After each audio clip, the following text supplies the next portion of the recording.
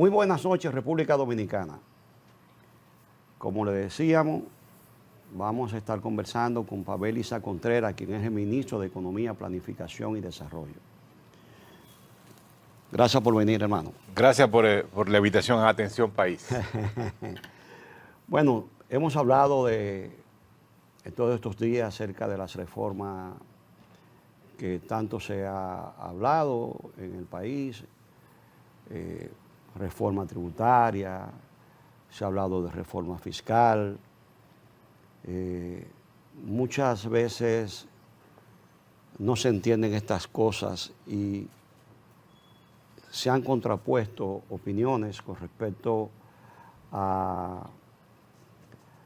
todas estas cosas que se han ido hablando. O la reforma, en este caso monetaria, el crecimiento económico que ha tenido el país con respecto durante estos 4 años y la posible reforma o la casi segura reforma monetaria que hará el gobierno, y si se ha consensuado todavía o si se está en esa etapa. ¿Qué nos espera con respecto a este tema? Sí, muy bien. Mira, quizás empezando por el tema de la política monetaria, yo creo que la política monetaria se ha adaptado a las circunstancias en estos últimos 4 años. Cuando tuvimos el cierre económico, el cierre de actividades asociado a la pandemia, pues la política monetaria lo que hizo fue abrir las llaves, digamos, de liquidez a la economía, reducir las tasas de interés para evitar que el cierre económico afectara a los bancos y una falla de los bancos que se tradujera en un desastre económico. Yo creo que la política monetaria en el momento de la crisis pandémica fue la adecuada. Y luego facilitó la recuperación. Cuando ya abrimos la economía, cuando las actividades económicas pudieron empezar a retornar a la normalidad, pues las tasas de interés estaban bajas y la disponibilidad de crédito era amplia y permitió la rápida reactivación de la economía. Ahora, cuando la economía rebota, no solo la economía dominicana rebota, aunque la dominicana rebota más que la mayoría, pero todo el mundo se recupera. Pero al recuperarse todo el mundo, entonces se generó una presión sobre los precios y tuvimos inflación internacional. ¿Por qué? Porque la producción no estaba ahí. O sea, tú no tenías las empresas cerraron, las cadenas de suministro se quebraron. Entonces, cuando la economía vuelve a recuperarse y la gente vuelve a salir a la calle a demandar, los productos no estaban ahí y los precios suben. Como la inflación crece tanto, la responsabilidad de la política monetaria es mantener la inflación bajo control. Entonces, ¿qué hizo la política monetaria? Se volvió restrictiva.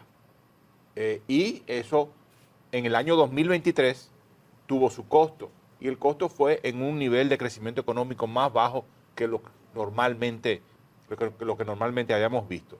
Pero ya a mediados finales del año 2023, cuando era claro que la política monetaria más restrictiva estaba teniendo su efecto en bajar la inflación, ya la inflación en 2023 convergió hacia el nivel normal de inflación que tenemos en la República Dominicana, que es un nivel de inflación bajo, entonces la política monetaria se vuelve un poco más expansiva, el Banco Central, digamos, afloja las tuercas, inyecta liquidez a la economía, las tasas de interés bajan y la economía se vuelve a recuperar. Sí. Entonces, ese contexto, usted te da cuenta que la política monetaria se va adaptando a las circunstancias, trata de que la economía se recupere, pero cuando ya la recuperación se traduce en altos precios, pues contrae un poco, eso tiene su costo, en menor nivel de actividad, pero cuando las cosas se normalizan, vuelve y se adapta a las nuevas circunstancias. O sea, que ha sido una política monetaria que ha respondido a las circunstancias. Ahora, la pregunta que me hace sobre las reformas, digamos, estructurales.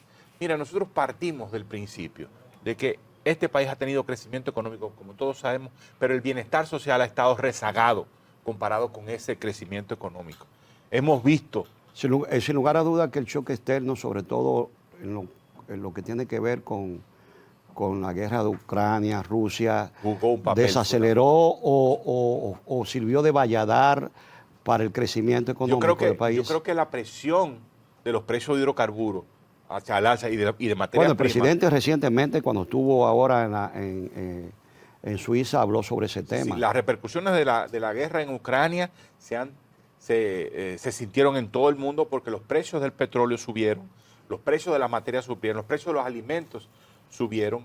Había un riesgo en la República Dominicana de que la tasa de cambio se moviera más rápidamente de lo que normalmente se mueve. Si hubiera una ¿Qué hizo el devaluación. gobierno para mantener eso? Una política, el Banco Central hizo una política monetaria restrictiva, por una parte, en parte para contener cualquier presión devaluatoria, porque si encima de la inflación internacional tú tienes devaluación del peso, pues se exacerba la presión inflacionaria interna. Entonces el Banco Central aprieta las tuercas. Eso por el lado del Banco Central. Por el lado del gobierno central, los subsidios. Claro. O sea, para mí, la clave, o sea, no fue solo la política monetaria, yo creo que aún más importante fue la política de subsidios. Nosotros en el Ministerio le hemos denominado en documentos públicos el escudo de protección social que el gobierno empujó para evitar que los precios internacionales, que la subida en los precios internacionales tuviera repercusiones más severas de lo que tuvo en los precios domésticos. Ahora, volviendo al tema de las reformas, bueno, este país ha tenido crecimiento, pero el bienestar social no ha estado a la par de ese crecimiento económico. Hemos sido testigos de una transformación económica de este país. Cuando tú y yo éramos jóvenes, ahora la situación, el entorno material es dramáticamente distinto. Tú ves una expansión urbana impresionante, un crecimiento económico muy significativo. Sin embargo, todavía mucha gente pasa trabajo. Mucha gente, si bien no vive, primero hay una parte de la población que vive en condiciones de pobreza y otra parte que si bien no vive en condiciones de pobreza, batalla todos los días para ganarse el sustento. Entonces, podemos hacer mucho más para traducir crecimiento económico en calidad de vida. Y lo que estamos diciendo es que estas reformas deben apuntar en esa dirección. ¿Por qué? Empecemos por cada una de las reformas. Empecemos por la reforma tributaria, que es de la que todo el mundo habla, porque, bueno, muerde el bolsillo de la gente. Claro. Es que tenemos que poner al Estado dominicano en condiciones de pagar, de financiar lo que no ha podido financiar porque no tiene dinero. Seguridad pública, protección del medio ambiente, salud, especialmente el primer nivel de atención en salud. ¿Por qué no tenemos un primer nivel de atención en salud generalizado en el país? Porque el gobierno sería el principal responsable, no el único, pero el principal responsable de impulsar las unidades de atención primaria. Y eso necesita dinero, especialmente para la población que que está bajo el régimen subsidiado de la seguridad social, que es más de la mitad de la población. Entonces, pero también necesitamos más recursos para infraestructura. Entonces, todo eso, o sea, poner al gobierno a producir los bienes y servicios públicos que demanda el desarrollo, que demanda el país, requiere recursos. Entonces necesitamos una reforma tributaria. Ahora, que eleve esa cantidad de recursos. Ahora, la pregunta es cómo repartimos esa carga. Eso es importante, sumamente importante. Tiene que tratar de ser una reforma lo más equitativa posible. Pero no solo se trata de más ingresos, también se trata, hay que reconocerlo, de mejor gasto. Es decir, el gobierno ha hecho un esfuerzo. Y yo creo que el principal esfuerzo ha sido prevenir la corrupción y combatir la corrupción, pero no es lo único. Tú has dicho algo que yo siempre he escuchado, sobre todo en el sector empresarial. El gobierno debe manejar el gasto. Y siempre se ha hablado del gobierno debe manejar el gasto. Bueno, aquí hay dos funcionarios del gobierno. Y bueno, pero no hay que ser lisonjero, simplemente realista para saber que tú tienes un gobierno honesto que ha manejado el gasto con pulcritud y ha bajado el gasto, comenzando con que se han disminuido instituciones que hacían las mismas cosas. Bueno, de hecho ya el gobierno ha anunciado que hay un grupo de instituciones que también se van. Pero la realidad también es que hay un grupo de exenciones fiscales, de incentivos fiscales, y normalmente cuando yo escucho al sector empresarial hablar del gasto del gobierno, nunca escucho a ese sector empresarial hablar de esos incentivos fiscales. Entonces, sale una pregunta. ¿Cómo se plantea mejorar los incentivos fiscales para esos diferentes sectores? Sí. Es una pregunta nodal que me gustaría que la contestara. La reforma tributaria un componente muy importante de él tendrá que ser la racionalización de los incentivos fiscales a los sectores productivos. Hay dos tipos de exenciones. Las exenciones al ITEVIS, a un conjunto de productos amplio, son muy amplias las exenciones del ITEVIS, y las exenciones que favorecen a sectores productivos, es decir, a empresas que se acogen a un régimen de incentivos que el gobierno en algún momento, el Estado Dominicano en algún momento las impulsó para promover el desarrollo de esa actividad, porque era una actividad naciente, porque era una actividad que necesitaba un tratamiento especial. Va a haber que revisar todas esas extensiones. En el caso de las exenciones por incentivos a las actividades productivas, habrá que racionalizar y decir cuáles son los incentivos que ya no son productivos o que no han sido productivos del todo. Exacto. Entonces, eso hay que reducirlo, eliminarlo, focalizarlo. Hay que ver cuáles actividades ya son maduras, ya no necesitan mayores incentivos, cuáles actividades hay que mantenerle los incentivos porque no hay manera de que sobrevivan sin ellos y tienen un peso importante. Hay que hacer un trabajo fino de racionalización. Ese trabajo está hecho, pero hay que, y de hecho la sociedad dominicana lo viene discutiendo desde hace mucho tiempo. Lo que hay es que ir tomando decisiones de por dónde nos vamos a ir y cómo hacer sintonía fina en alguna de ellas. A veces algunos que piensan, hay que llevarse todas esas exenciones para todo ese sector. Otros dicen, no, mira, llévate la mayoría, pero deja esta y esta porque aquí tenemos interés, todavía aquí hace falta algo. Bueno, eso se trata de apretar tuercas y de mejorar la focalización para que ese dinero que el gobierno deja de percibir, al final rinda los frutos que queremos. Si ya rindieron esos frutos, los quitamos. Ahora, eso no te va a generar recursos inmediatamente. Eso te va a generar recursos a mediano plazo, porque las empresas que están acogidas a algún régimen de incentivo, ya tú no se lo puedes quitar. Tienes que esperar que esa clasificación de esa empresa perima, si hay un derecho adquirido. Pero a las nuevas empresas dicen, mira, ya no. Ya este no es el régimen de antes, ya tú tienes que irte al régimen ordinario o cualquier incentivo va a ser mucho más focalizado. Por lo tanto, eliminar una exención no significa que vas a tener los recursos constante y sonante inmediatamente, pero sí significa algo. Sí significa que a mediano plazo, ese dinero que se le dejaba de percibir ya no se va a dejar de percibir. Por lo tanto, el efecto es más a mediano y largo plazo. En el fondo, el efecto principal de una reforma fiscal en este momento no es inmediato, es más a largo plazo. La transformación que pudiéramos lograr en este momento la va a venir a recibir, digamos, la va a poder manejar con más holgura al final de este gobierno o próximos gobiernos. Eso en el caso de la reforma tributaria, pero también, repito, insisto, hay que hacer una reforma del gasto, como tú bien has dicho ahí, va a haber que hacer fusiones de instituciones porque no tiene sentido que estén disgregadas o porque hay duplicidad de funciones. Hay instituciones que están caducas ya y que todavía están ahí en la ley y que no nos hemos tomado la molestia de decir ya vamos a eliminar esta cosa porque ya eso cumplió su rol. Hay instituciones que fueron creadas en los 60, 70, fueron importantes en su momento y ya no lo son.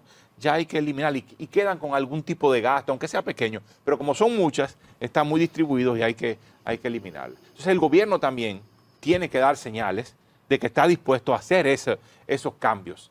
Y yo creo que el gobierno lo va a hacer. Ya lo empezó a hacer, como tú dijiste.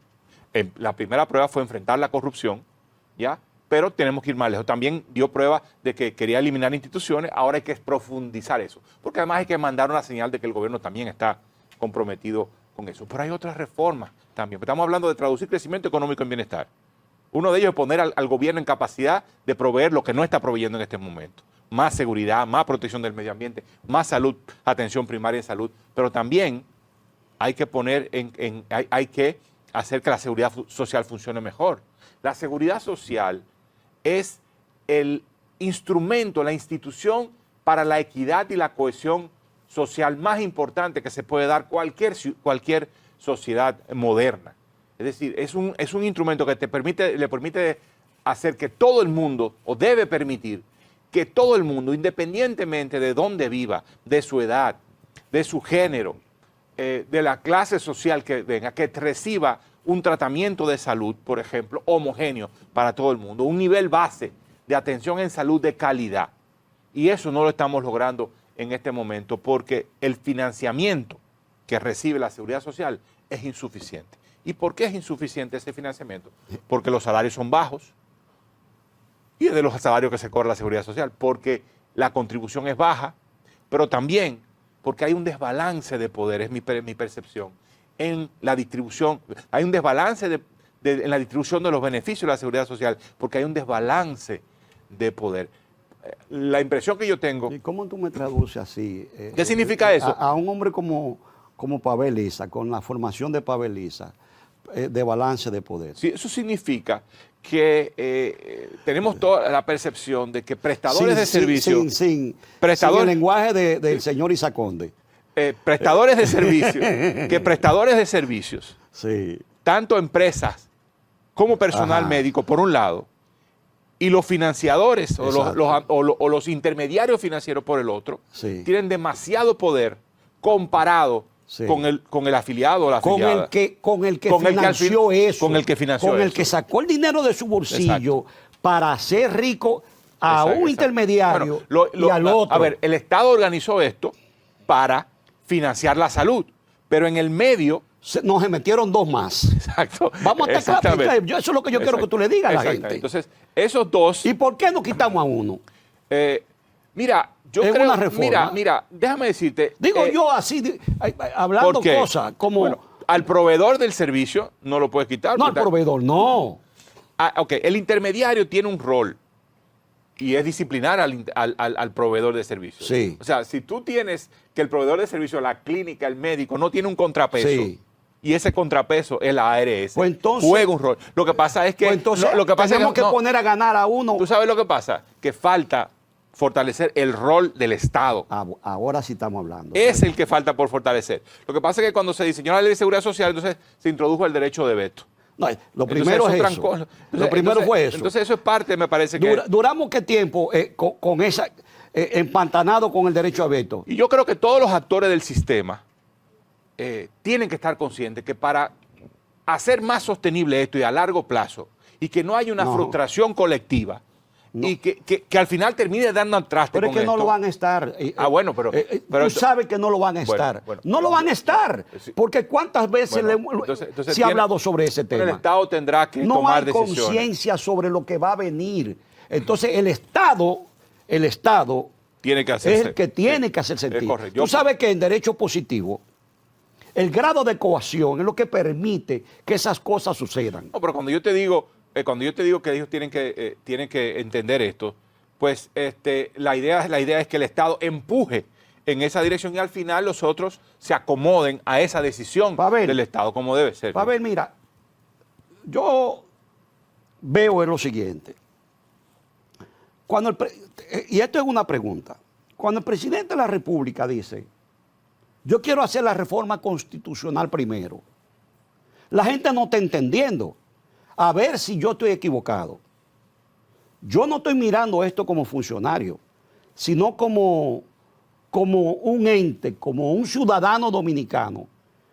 Pero como yo conozco al que está diciendo eso, lo interpreto.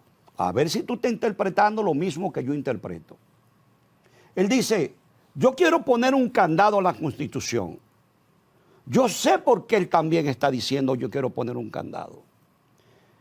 ¿No será que él está dando un mensaje claro al sector político de que yo no voy realmente, pero también al sector empresarial y a los demás sectores, de que yo estoy tan en serio que yo me estoy condenando políticamente? Vamos a ponerle un término así. Me estoy condenando políticamente. Estoy hablando tan en serio políticamente que voy a hacer 12 reformas.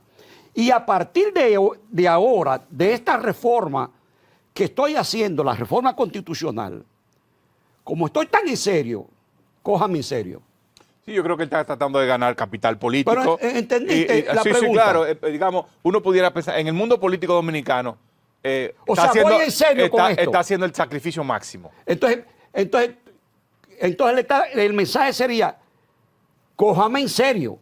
Sí. con lo que estoy haciendo. Cójame en serio y gano capital político para empujar por las cosas. Yo estoy realmente por este país. El mensaje es, yo estoy realmente por este país. Yo creo que tenemos un problema en el tema, en la cuestión de la reelección y la continua modificación. ¿Tú crees que Constitución. ese sector empresarial y que esos sectores fáticos van a entender el mensaje? ¿O lo están entendiendo? Pero mira, no ya? me corresponde. Supongo que sí. Creo que no hay que ser demasiado inteligente para entender la seriedad del mensaje del presidente respecto a esto. Nadie había hecho eso en los últimos 50 años. Ningún presidente de la República en el sólido presidencial había hecho eso. Eso no significa que vayan a apoyarle en las reformas que impliquen una redistribución de renta, porque en el fondo, cuando hablamos de una reforma tributaria, cuando hablamos de una reforma de la seguridad social, cuando hablamos de una reforma laboral que haga que, por ejemplo, los salarios o una transformación de la forma en que fijamos los salarios mínimos, que haga que los salarios mínimos aumenten más velozmente y más que la inflación, está redistribuyendo renta de un sector a otro. Y eso obviamente genera resistencia. Los paradigmas son resistencia. Los cambios de paradigma siempre hay resistencia. La visión del presidente en este caso es, me voy a ganar credibilidad para empujar por estas transformaciones en las cuales yo creo. Creo que tenemos que tener un Estado más capaz, con más recursos, también que nos ponga en condiciones de no tener que continuar endeudarnos, por lo menos no al ritmo que llevamos, controlar el gasto público, pero además hacer que la seguridad social funcione, y esto es además hacer que los salarios crezcan a largo plazo, reformar el sector de la distribución de energía eléctrica para no seguir enviando tantos recursos públicos para mantener al país encendido con un desperdicio de energía significativo. 1.500 millones de pesos. De dólares. Que se están yendo... quemándolo en las calderas. Quemándolo así, como cuando tú para poder mantener al país para prender un cigarrillo. Porque las distribuidoras no cobran, pero no cobran porque no invierten ni hacen la gestión, no tienen los recursos. Entonces, todo eso hay que irlo transformando. Ya hay pasos en esa dirección. Creo que la COVID-19, la guerra en Ucrania y luego la dinámica del ciclo político impidió hacer esas transformaciones. Ahora estamos en el momento de hacerla. Un presidente con capital político ganado en las elecciones, un capital político que se debe acrecentar con la propuesta que está haciendo de reforma constitucional y de compromiso de no perpetuar el ciclo de reelección tras reelección y modificación constitucional para eso. Entonces, este es el momento. Y te faltó una decisión de hacer los cambios. Una decisión. Porque para hacer eso había que tener una decisión. Y él tiene una decisión. Fíjate que hay dos aspectos. Las promesas de campaña que están ahí, y la otra cosa fueron las promesas que él ha hecho durante todo este periplo de decirle al país, voy a hacer 12 reformas, la voy a hacer, y va hacia ahora, rumbo al 2030. Después de la pausa seguimos conversando con Pavel Isa Contreras, ministro de Economía y Planificación. No le cambie.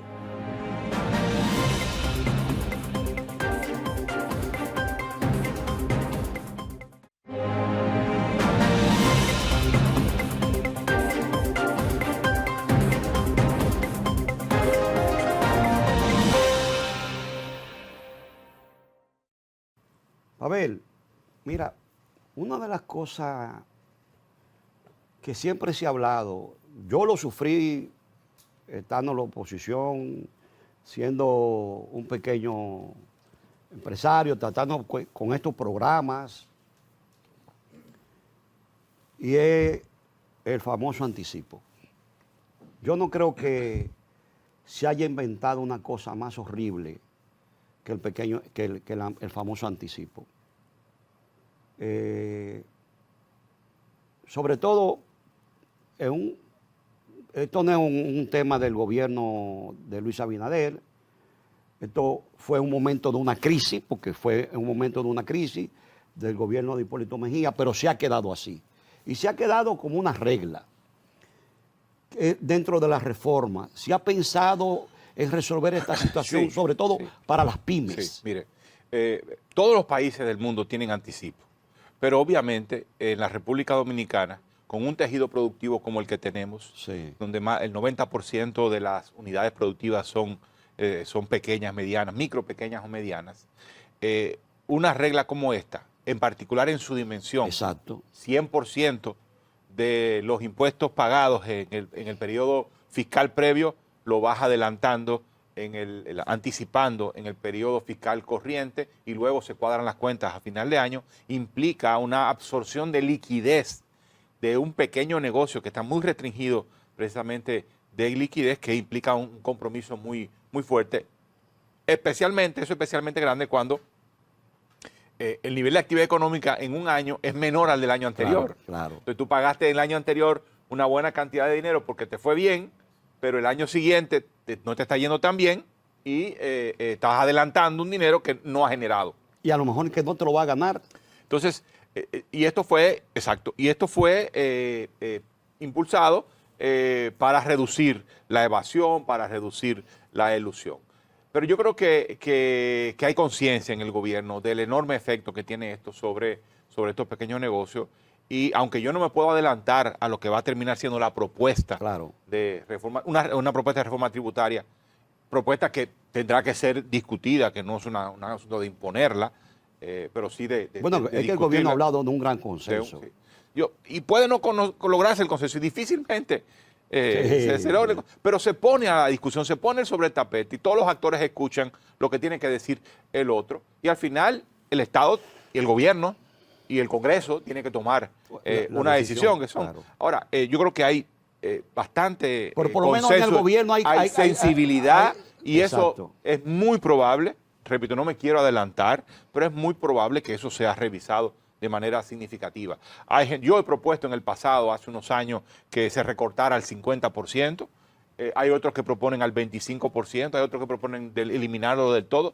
Yo creo que va a sufrir modificación importante, que va a implicar un alivio sin que eso se traduzca en una pérdida de ingresos fiscales. Claro. Yo creo que se han logrado los adecuados controles a lo largo del tiempo que va a permitir perseguir de alguna manera la renta de las empresas, que al final, pero las empresas tienen que estar conscientes también que si no lo adelantan van a tener que hacer las provisiones adecuadas para cuando llegue el momento del corte, claro, puedan pagar. Eso es importante también, que las propias pequeñas empresas entiendan en la nueva dinámica en que se podrían involucrar y hagan las provisiones, que prevean de qué va a pasar a final de año, que aunque usted pague, si usted paga el 25% del anticipo, del 25% como anticipo al impuesto sobre la renta, el 25% de lo que tributó el año anterior, sepa que si usted le está yendo tan bien como el año anterior, usted va a deber a final del periodo 75% y va a tener que liquidarlo. ¿Cómo va a enfrentar dentro de esa reforma, tú que eres ministro de Economía, porque se van a discutir todas esas cosas, el grave problema de la evasión fiscal? Yo creo que es un elemento que el gobierno tendrá que poner en el frente de la propuesta de transformación tributaria. Es decir, tendrá que, y esto es un tema también de expertos tributarios, van a tener que, el gobierno va a tener que venir con una propuesta muy clara, de decir, vamos a enfrentar la evasión y la elusión de esta forma y de esta forma. Uno de los elementos que va a tener que hacer es lograr un mayor nivel de formalización, porque parte importante de la evasión y la elusión tiene que ver con la complejidad que les resulta del sistema de tributación para los micro y pequeños negocios. Muchas veces el problema, los micro y pequeños negocios no cumplen tributariamente, no por el dinero que tienen que pagar, sino por la complejidad, porque tienen que contratar a alguien y hacerle un igual, y además, muchas veces con incapacidades para hacer el trabajo adecuadamente, y después van a la administración tributaria, no, mira que quien me hizo el trabajo me lo hizo mal, y entonces... Y es peor todavía. Y es peor, exactamente. Entonces, el gobierno creo que, y la administración tributaria va a tener que avanzar algún tipo de régimen que le permita a los pequeños negocios incorporarse a un bajo costo, en el sentido de mucho más simple de llenar los papeles, que no tengan, por ejemplo, y eso se puede lograr con la con la factura electrónica, de que no tengan que todos los meses estar llenando el tema del reporte del ITEVI. Si usted tiene una factura electrónica, la factura electrónica automáticamente lo carga en el sistema y ya la DGI lo calcula automáticamente. Ese tipo de cosas. Y eso te va a permitir reducir la evasión y la ilusión. Ahora, cuando hablamos de evasión y de ilusión, tenemos que ser realistas también. Por ejemplo, el porcentaje de ITEVIs que se incumple, 45%. ¿Vamos realmente, razonablemente, a pensar que vamos a reducir eso al 0%? No. En ningún país del mundo hay una ilusión, hay un incumplimiento tributario del 0%. ¿Por qué? En la República Dominicana y en los países en desarrollo mucho menos, porque tienes una enorme masa de negocios informales. Y esos negocios informales, aunque en teoría deberían de tributar, la administración tributaria no va detrás de ellos porque le sale más cara la sal que el chivo. Es decir, ir detrás de los pequeños contribuyentes puede ser mucho más costoso, además de inequitativo. Pero tú estás hablando de los pequeños contribuyentes. De los micronegocios, de los pequeños negocios. Entonces, parte del incumplimiento tributario, cuando dice 45% de ITEVI que no se paga, pero es que de ese 45%, la mitad son micronegocios a los cuales tú nunca le vas a cobrar. Entonces, no pensemos que vamos a enfrentar y que vamos a subir, bajar el incumplimiento tributario de 45 a 10%. No, puede establecerse la meta de que en un periodo de 5 años usted reduzca de 7 años, reduzca el incumplimiento tributario de 45 en el ITEVIS al 35, en 10%. Eso yo creo que es imperativo.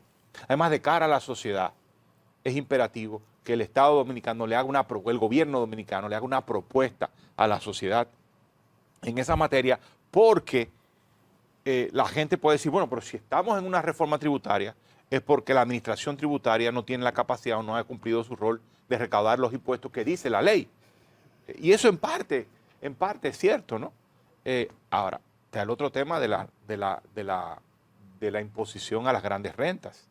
Es decir, también el incumplimiento tributario tiene que ver, no se trata de los chiquitos, a los cuales son pobres, pequeños y difíciles de capturar. También se trata de los grandes que pueden tener posturas activas de reducir la base de su tributo. Y eso es complejísimo en todo el mundo. Es decir, hay una estructura. Y es tan complejo que una empresa grande pueda hacer normalmente las empresas grandes, como entidades jurídicas, son muy buenas cumplidoras, porque están atrapadas.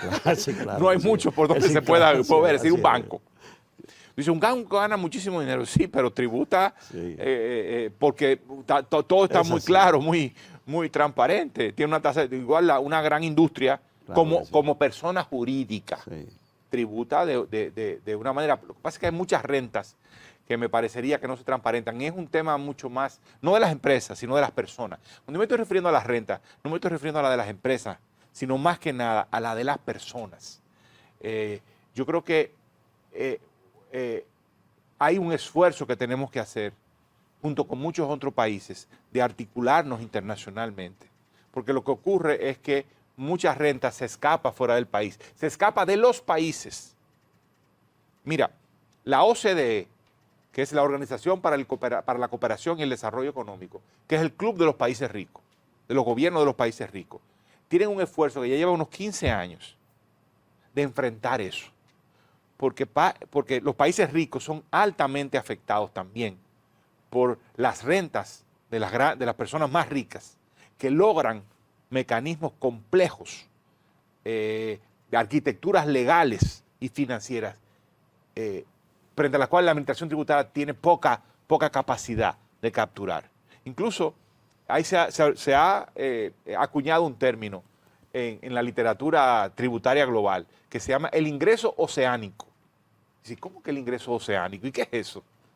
O un ingreso que tú no informas legalmente, que tú puedes decir, mira, es un ingreso de Holanda, es un ingreso de Estados Unidos, es un ingreso de Francia, y ahí tú tienes que grabarlo en Francia, en Holanda. No, es tan complicado que cae en el océano, en tierra de nadie, y nadie lo puede grabar adecuadamente. Por eso los países ricos, la OCDE, está tratando de buscar mecanismos de cooperación y está pidiéndole a los países pobres a los países en desarrollo, no los más pobres, pero a los Sí. países de ingresos medios como la República Dominicana, como los países de América Latina, que se unan en este esfuerzo para cerrar esas brechas. Bueno, en el caso y de los capturar. Estados Unidos, que ha puesto el tema de las personas civilmente Políticamente expuestas. políticamente expuestas, tratando de cerrar esas brechas, ¿verdad? Sí, y eso tiene que ver también con los paraísos fiscales. Claro. Que hay, como también estos países que tienen tratamientos tributarios excepcionales para, y no solo no todos los tributarios, también los tiene en términos de transparencia, que le dan tratamientos muy laxos, también cooperan en este esfuerzo. Pero muchas de estas economías dependen, algunas de estas economías pequeñas, dependen de esos paraísos financieros, de esos paraísos fiscales. Entonces, hay un desafío. Y la República Dominicana tiene que sumarse a ese esfuerzo si quiere capturar también parte de la renta de los más ricos. Sin lugar a duda que una de las trabas que durante mucho tiempo ha perseguido a la República Dominicana tiene que ver con el tema de la permisología. Las trabas que desde los gobiernos, desde las instituciones, se dan. El gobierno de Luis Abinader, este gobierno, desde el principio acuñó una frase que se ha hecho muy popular: burocracia cero.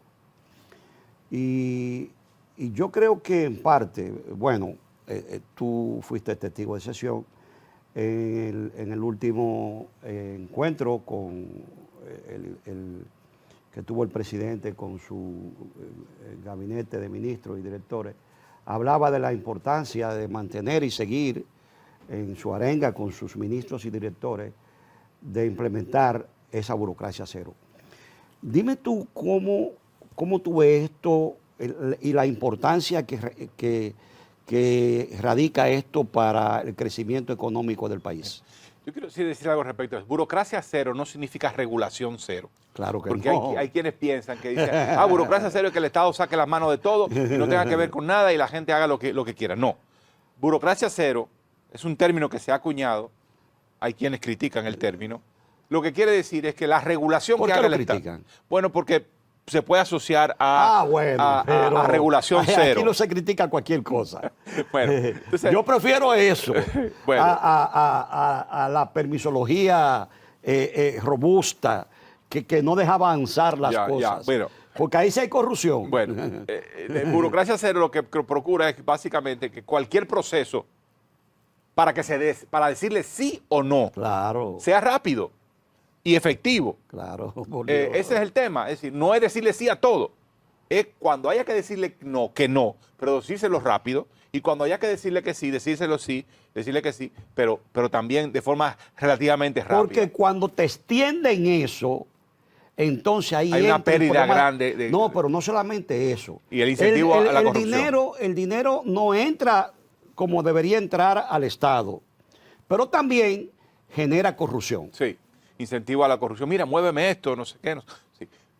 Y la verdad es que hay un conjunto de instituciones que son responsables de permisos específicos. Por ejemplo, los ayuntamientos son los responsables de dar permisos para el uso de suelo. Exactamente. Pero los ayuntamientos tienen que tener algunas reglas, claridad respecto a cómo decir sí o decir no y cuánto cobrar por eso. Si cobran demasiado, las inversiones se le van. Si cobran muy poco, pierde recursos que hubiera podido tener para hacer cosas relevantes para la comunidad. Entonces, ahí hay un tema de cómo fortalecer la capacidad de los ayuntamientos para que hagan la permisología efectiva. Y eso tiene que ver con ordenamiento territorial.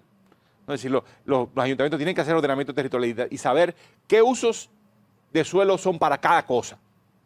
Eso es una vía, un elemento. Lo otro es, por ejemplo, el Ministerio de la Vivienda. Tiene otra permisología, es decir, usted no va a construir cualquier cosa. Usted tiene que someter su plano al Ministerio de la Vivienda para que no venga cualquier movimiento de tierra o incluso sin movimiento de tierra y le caiga la construcción encima a la gente, porque el Estado no vigiló que esos planos estuvieran bien y que la construcción estuviera también bien. Pero además está el tema de las actividades específicas. Es decir, hay permisología en materia hotelera, por ejemplo.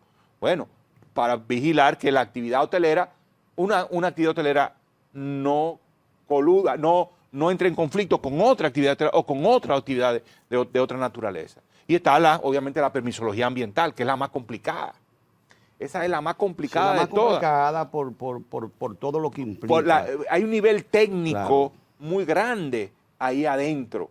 Y hay que fortalecer las capacidades para que ese proceso se pueda hacer adecuadamente y no termine siendo un sello gomígrafo. Claro. Porque cuando tú tienes un sello gomígrafo pura y simplemente, tú vas a terminar teniendo un desastre ambiental. Y aún con eso, estamos teniendo muchos problemas ambientales. Sí. Entonces, hay que fortalecer esas capacidades, pero repito, hacerla de manera oportuna. Eso te va a reducir costos en la economía y te va a fortalecer la regulación. Ya esas dos Claro que cosas. sí. Bueno, pero permiso, perdón. Y hay que utilizar la tecnología para eso. Si la ventanilla es única, la ventanilla, tú entras solo por una ventanilla y haces toda la permisología a través de esa ventanilla. Si tú estás teniendo que ir de institución a institución llevando papeles de una para otra como si tú fueras el propio... o sea, tú al final terminas... Hasta ahora hemos servido de mensajeros del Estado, Sí. llevando un papel de una institución a otra. Caramba, pero es el mismo Estado. Entonces, por eso es que No, y el eso portal, aleja- el y portal eso aleja- único de tramitología y eso aleja la crítico inversión y aleja la inversión. Aleja la inversión Correcto. y sobre todo la inversión extranjera. Y hablando de inversión Bueno, extranjera. también hay permisología, por ejemplo, con el Banco Central. Claro. O sea, cuando tú tienes una inversión extranjera, tienes que conseguir la autorización, el registro en el Banco Claro. Central para poder mover los capitales. También entra, aunque eso no es Claro. eso no es un trámite de regulatorio que te van a decir sí o no, pero sí tienes que registrar y tienes que hacer un proceso. Claro que sí. Las agencias calificadoras de riesgo han dado buena nota al país. ¿Cómo ha fluido esto precisamente en la atracción de inversiones extranjeras? Mira, yo creo que una de las grandes activos que puede mostrar la administración de gobierno 2020-2024 es la gestión fiscal. En un contexto extraordinario, de presiones extraordinarias, pandemia, efectos de la pospandemia, crisis geopolíticas, el gobierno ha logrado mantener las finanzas públicas a raya, con un gran sacrificio, debo decir, porque a pesar que se han logrado mantener las finanzas públicas a raya, a pesar de las enormes presiones que la ciudadanía ejerce sobre el Estado para que el Estado provea bienes fundamentales que no ha podido proveer por falta de recursos. Y aún en ese contexto, aún en el contexto de un peso de la deuda importante, que se ha mantenido baja a raya, pero sigue siendo importante. Estamos pagando 22 pesos, el equivalente a 22, 23 pesos, por cada 100 pesos que recibimos de ingresos tributarios de impuestos, 22, 23 pesos los destinamos al pago de los intereses de la deuda pública. Pero súmale que cerca del 23, 24% de todo el presupuesto destinado a la función educación.